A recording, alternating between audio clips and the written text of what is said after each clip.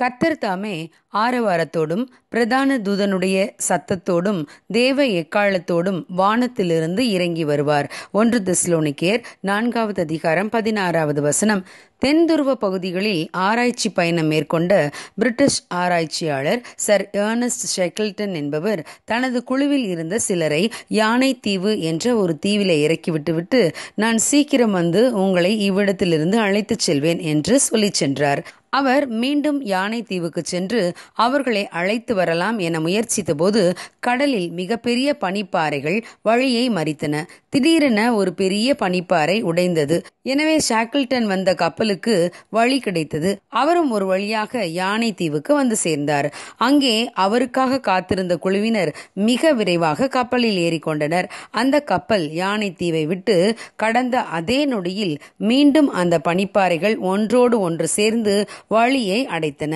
அவர்கள் அந்த தீவை கடந்தது மிகவும் அதிர்ஷ்டவசமானதாக இருந்தது. சர் ஏர்னஸ்ட் ஷெக்கில்டன் தன் குழுவினரை பார்த்து, நீங்கள் எல்லாரும் உங்கள் உடைமைகளை பேக் செய்து வைத்து தயாராக இருந்ததால் தான் நாம் யானை தீவை விட்டு வெளியே வர முடிந்தது என்றார். அதற்கு அந்த குழுவினர், நாங்கள் எங்கள் நம்பிக்கையை ஒருபோதும் விட்டுவிடவில்லை. எப்பொழுதெல்லாம் கடல் பனிப்பாறை இல்லாமல் தெளிவாக இருந்ததோ அப்பொழுதெல்லாம் நாங்கள் எங்கள் படுக்கைகளை சுருட்டி ஆயத்தமாக வைத்துவிட்டு இன்று நம் தலைவர் வந்தாலும் வந்து விடுவார் என்று ஒருவரோடொருவர் சொல்லிக் கொள்வோம் என்றனர். ஆம் பிரியமானவர்களே, இந்த கடைசி காலத்தில் வாழுகின்ற நாமும் நம் இரட்சகர் இயேசுவின் வருகையை ஆவலோடு எதிர்பார்த்து கொண்டிருக்கிறோம். ஆகவே அவர் வரும்போது ஆயத்தமாகிக் கொள்ளலாம் என்று நினைக்காமல் எப்பொழுதுமே இன்று ஒருவேளை நம் இரட்சகர் இயேசு கிறிஸ்து வந்து விடுவார் என்ற ஆயத்தத்தோடு நாம் வாழ வேண்டும். ஆகவே வீட்டை விட்டு வெளியே வரும்போது குட் பை என்று சொல்லாமல் மாரநாதா என்று சொல்ல வேண்டும் என்று ஒருவர் கூறுகிறார். மாரநாதா என்றால் இயேசு மீண்டும் வரப்போகிறார் என்று அர்த்தம். ஆதி திருச்சபையில் இருந்த விசுவாசிகள் ஒன்று கூடி வரும்போதோ அல்லது பிரிந்து செல்லும் போதோ ஹலோ அல்லது குட் பை என்று சொல்லாமல் மாரநாதா என்று சொல்லித்தான் ஒருவரை ஒருவர் வாழ்த்துவார்களாம். இந்த மேல்நோக்கிய சிந்தை நமக்கும் இருந்தால் இன்று சபை கிறிஸ்துவின் 2ஆம் வருகைக்கு ஆயத்தமாகிவிடும். ஆம் பிரியமானவர்களே, இயேசு கிறிஸ்து மீண்டும் வருவேன் என்று வாக்கு கொடுத்திருக்கிறார்.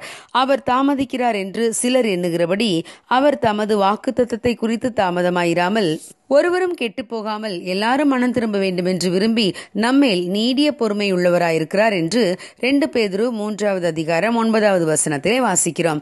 ஆம், இயேசு கிறிஸ்து மீண்டும் 2ஆம் விசை இந்த உலகத்திற்கு வரப்போகிறார். அப்போது இரட்சகராக அல்ல, நியாயாதிபதியாக வரப்போகிறார். தம்முடையவர்களாக வாழ்ந்த அனைவரையும் அவர் தம்மோடு அழைத்து செல்வார். அவர் வர நாள் செல்லும் என்று மனம் போல வாழாமல் ஆயத்தமாக விழிப்புடன் காத்திருப்போம். அவருடைய கிரியைகளின்படி அவர் அளிக்கும் பலன் அவரோடு வருகிறது. God bless you. Have a good day.